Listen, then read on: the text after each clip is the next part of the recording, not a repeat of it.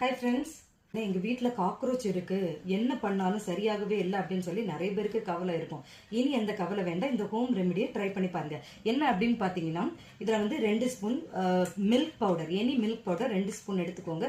அதுக்கு same 2 spoon sugar add பண்ணி நல்லா மிக்ஸ் பண்ணிட்டு அதில் 1 ஸ்பூன் அளவுக்கு போரிக் பவுடரை ஆட் பண்ணிக்கணும். இல்லைன்னா 3 ஈக்குவல் குவான்டிட்டியில் எடுத்துக்கலாம்.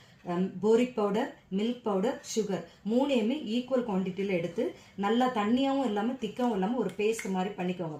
பண்ணிட்டு கிச்சனில் மட்டும் இல்லை, எங்கெல்லாம் வர்ற மாதிரி உங்களுக்கு தோணுதோ எல்லா இடத்துலையுமே நீங்கள் கார்னர்ஸில் வந்து இந்த பேஸ்ட்டை அப்ளை பண்ணி வச்சுக்கோங்க. நைட்டில் பண்ணணும். இது எப்போனா நம்ம எல்லாம் கிச்சன் வேலை எல்லாம் முடிச்சுட்டு தூங்க போகிறதுக்கு முன்னாடி இதை வந்து எல்லா கார்னர்ஸ்லையும் இதை வந்து கொஞ்சம் கொஞ்சம் அப்படியே போட்டு வச்சுட்டு நீங்கள் தூங்க போங்க. காலையிலேயே பார்த்தீங்கன்னா அங்கங்கே சிலப்போ செத்து கிடக்கும். திருப்பி ஒரு 2 டேஸ் கழிச்சு இதே மாதிரி ஃபாலோ பண்ணுங்க. தொடர்ந்து இப்படி ஒரு 2-3 டைம்ஸ் வச்சுட்டு வாங்க.